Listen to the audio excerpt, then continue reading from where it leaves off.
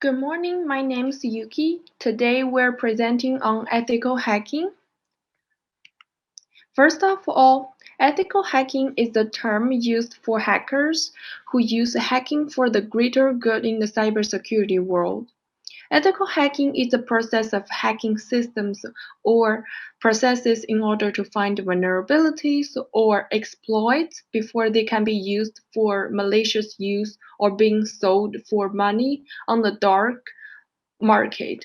According to the EC Council, the ethical hacking is defined as an individual who is usually employed with an organization and who can be trusted to undertake an attempt to penetrate networks and computer systems using the same methods and techniques as a malicious hacker. How their work are ethical.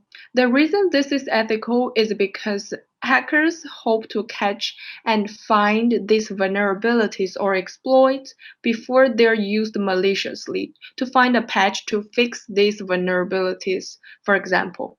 They do this in order to help companies and organizations be aware of any vulnerabilities that may exist on their systems or software. Depending on if the hacking activity is ethical or not ethical, or if it's legal or illegal, and what their goals are, we identified three major types of hackers: white hat hackers, gray hat hackers, and black hat hackers. Some key concepts. The ethical hackers stay legal. They obtain proper approval before accessing and performing a security assessment. They also define the scope of the assessment so that the ethical hackers' work remains legal and within the organization's approved boundaries.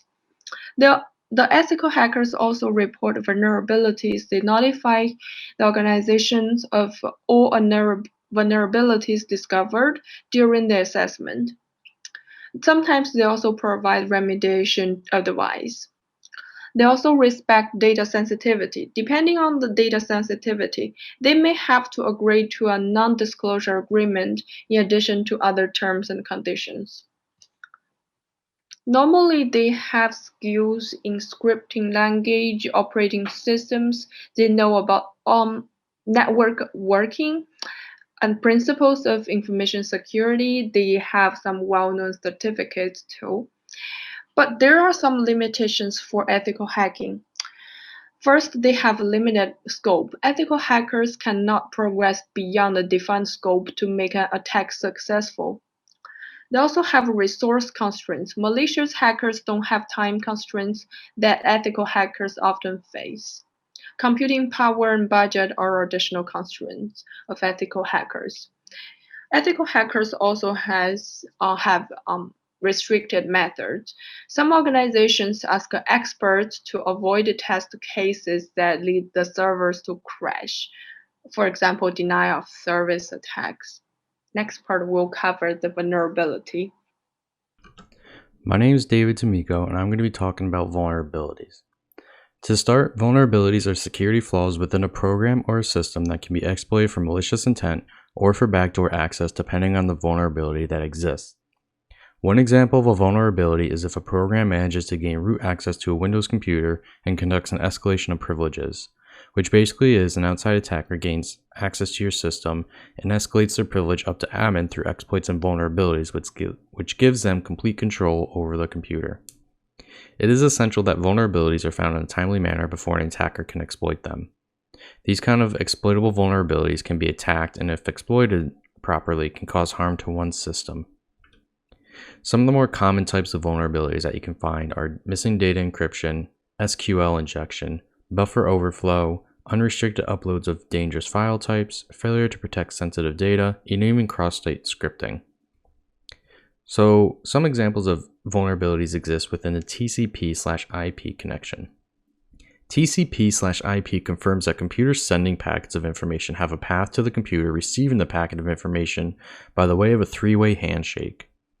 The first step is that the initiating computer sends a message to the receiver to begin synchronizing sequence numbers between the two computers. The second step is that the receiver responds by transmitting an acknowledgement to the sender letting them know they got the message. This starts the connection between the sender and the receiver, which can start the path of information.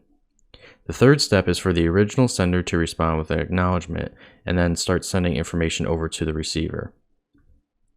So some of the vulnerabilities that have been exposed in TCP/IP includes IP spoofing, connection hijacking, ICMP attacks, and even TCP SYN attacks and RIP attacks. For example, in the IP spoofing attack, attackers send packets to the victim or target a computer using the forced source address. The victim is usually unaware that the packet is from a not trusted source, so they accept the packet and they send a response back to the indicated source computer. If this works, the attacker gets a connection to the victim's machine and is able to hold it for as long as the computer remains active. This is also more commonly known as a man-in-the-middle attack, which is essentially a malicious actor is able to hijack a session between a legitimate source and a legitimate receiver. In between the two connections, they're able to take any personal or valuable information between the two machines. Preventing and fixing vulnerabilities. Vulnerabilities need to be fixed as soon as possible in order to protect your assets from attacks. One of the great tools for preventing or fixing vulnerabilities is a vulnerability scanning tool. These vulnerability scanning tools is an inspection of potential points of exploit on a computer or a network to identify security holes. Vulnerability scans help to detect and classify system weaknesses in computers, networks, and communications equipment, and helps to predict the effectiveness of countermeasures. Some of these things can be open ports that you don't need and are open that are exploitable for vulnerabilities, such as usually emails or even FTP file uploads. Some of the more common vulnerability scanners include Burp Suite, Nessus, and Nexpose. Moving on to risk assessment and risk management. For the first part, risk assessment is the overall process in identifying potential risks that can happen and what could go wrong in the event that a risk does occur. By using risk assessment, companies can prepare ahead of time to see what potential risks are a threat to the system and what the type of outcome of a risk occurring could do. Risk management, on the other hand, is the process of identifying the risks that pose a threat to a company and working on a policy or a plan to control, prevent, or mitigate the effects of a risk that can occur. By creating a risk management policy, companies can consider the various potential risks or events before they occur, helping to save resources and money in the event of a risk.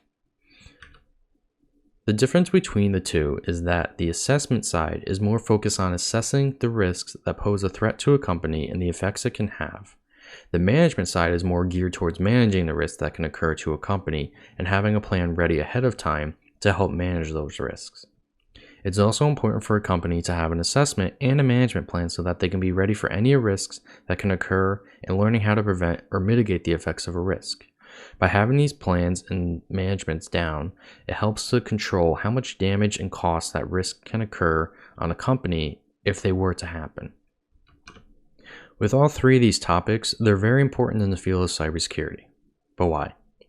Well, to start out with, without ethical hackers who are out there looking for these vulnerabilities, either by accident or through serious research and work, they can help to strengthen our cyber defenses against hackers who choose to exploit these vulnerabilities and weaknesses, most likely for their own personal gain or just to cause havoc and damage.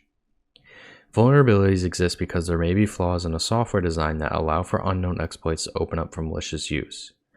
Sometimes we might get it right on the first time. There might be some design flaws within the software design that can allow for backdoors or vulnerabilities to open up, but it's always good to be on the lookout for them as well. With risk assessment and risk management, companies and organizations can help themselves stay on top of analyzing and assessing risks that exist that can pose a threat to their system. With risk management, companies help to create a plan in the event a risk does occur, and the company can be ready ahead of time to prevent or mitigate the threats of an occurring risk to minimize the damages and costs on the company. Companies can also get help from white hat hackers, also known as ethical hackers, to help expose and patch vulnerabilities before they are used by these malicious actors and hackers. This is commonly done in the means of penetration testing, and also on the unknown side is the bug hunting, bounties, or tournaments. Companies actively put up rewards for these white hat hackers to hunt out these vulnerabilities and report them to the company so that they can patch them up before any other means of malicious actors can use them for their own benefits.